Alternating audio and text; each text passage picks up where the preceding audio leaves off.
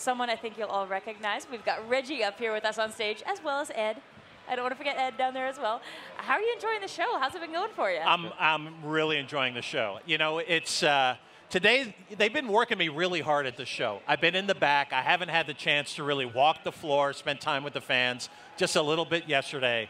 But I'll tell you, every time I come out, the energy out here is so great. Not only right in front of Treehouse Live, but all throughout the entire booth. So it's been really great. Yeah, we got the Mario Maker stage for those people who aren't here to join us. Treehouse Live's going on. Like, you can really sense, like, everyone's just that positivity, the vibe. Everyone's having a great time out here. It's just so much fun. And, you know, that's something that we're trying to, I think a lot of people are trying to bring that E3 experience home to the folks who weren't able to make it out here this year with some of the things that we're doing. Well, absolutely. And so the first thing I need to do is thank the fans at home. The viewership for Treehouse Live has been really strong, and that's really because of the passion of the fans. Yeah. We've been able to monitor that and see that. To the point, Ed, about bringing the experience home with the Nindies at Home program that's going on, the eShop sale that's going on, all of the other content that we're pushing out to the fans, the reaction's been really strong. It's tough when you're not here and you're not able to feel the energy to really get a sense of what's going on at E3. But with a lot of the content that we've been able to push out, at least from what I've been able to read and what I've been able to see, the reaction's been real strong. Nice. I think it's actually been one of the hardest things for me about being here at the show is I really want to get all the Nindies at Home stuff downloaded on my Wii U. So it's like, first thing when I get off my plane, I got to go home and get those set up so I can get all the game demos. You know, I have to tell you, it's the same thing for me. I've been here, the connection through the hotel Wi-Fi is not the best, so I haven't been able to download all those Nindy games that I want.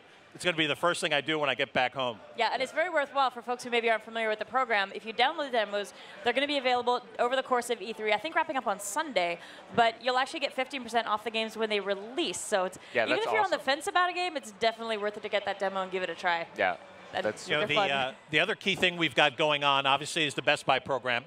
Yep. So we had early reports yesterday, really good crowds, people playing Super Mario Maker. Nice. And the big surprise we had is we had Zelda Triforce Heroes for people to play while they're in line.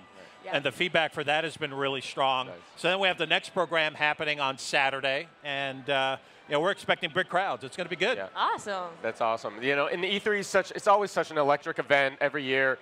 It's so much fun, and you know, for us, we all, you know, pack in our little clown car, come on down to LA, and you know, after it's all said and done, everything happens. We go back, we have an hour of rest, and then it's sort of, because of this watershed moment, you know, it's sort of like looking at the rest of the year and seeing, like, you know, it doesn't stop. Well, you know, that's the point that I think many of the fans don't realize at times. You know, for Nintendo, it's an ongoing pace of news and activity.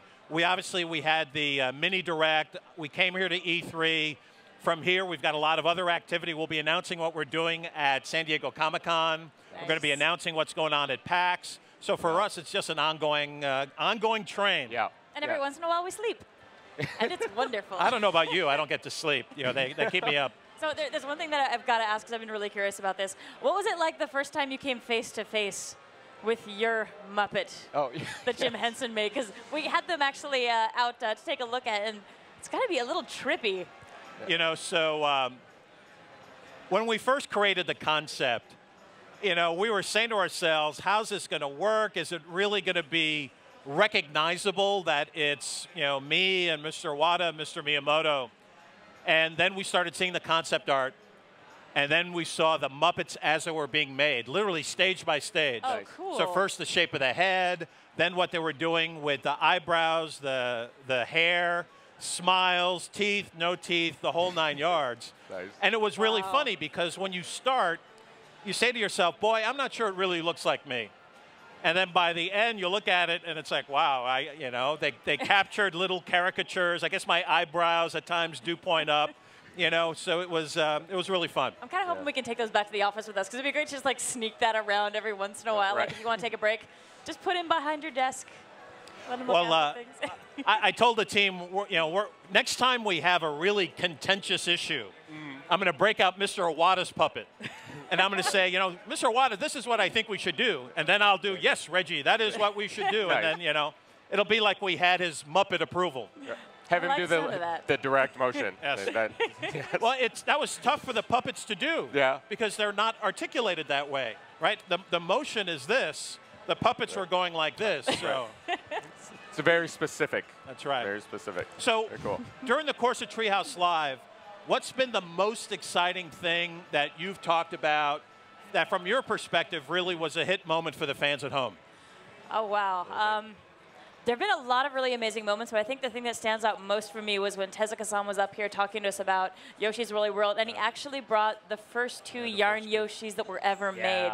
Yeah. And it's incredible to see them because they're these amazing little handmade crafts, and there's so much little detail to them. You can tell somebody spent a lot of time and a lot of love making these. And this is before the yarn Yoshi concept was like 100% even nailed down. So this is like really working out in a physical space how to get the character design down. Is a really cool concept. That's awesome. Yeah, I think for me, like one of my favorite is being able to sit here with Mr. Hino from level 5, and you know, I've always been such a big fan of the games all throughout the Layton series, Fantasy Life. And, you know, I've been able to work on those games, now working on Yokai. And so to be able to sit down with him and hear his insight on the whole process and just get a peek of what goes on inside his head, which is something that I've been thinking about for years, is just was super fun for me. I couldn't be more excited about some of the Nindy stuff that we've been showing off. I think people, once they get their hands on that stuff, they're going to be so impressed with what's going on. Neo on this screen is intense. Yeah, it looks really cool. And we had like Runbow up here, and that was intense because it like goes up to 9 players. So we had like a little crowd party going on up here playing that game, but it's a blast when you see that one in action. I got to spend some time with the Runbow folks up in our booth. Great group of guys. Great group of guys, really and I'll tell you, they're doing something special with that game. Yeah, that's cool. Well, Reggie, thanks for dropping by. I know you're super busy. No, what do you got? We got one more thing to talk about. I think Let's Super Mario is something that I want to hear more about. Before we wrap up. You know, so when we ended the digital event, you know, we touched on this Let's Super Mario concept, and it really is simple. We're challenging the fans to put together something that, for them, captures their love, their passion for Super Mario. You upload it to your Google account through YouTube, and then submit it to us.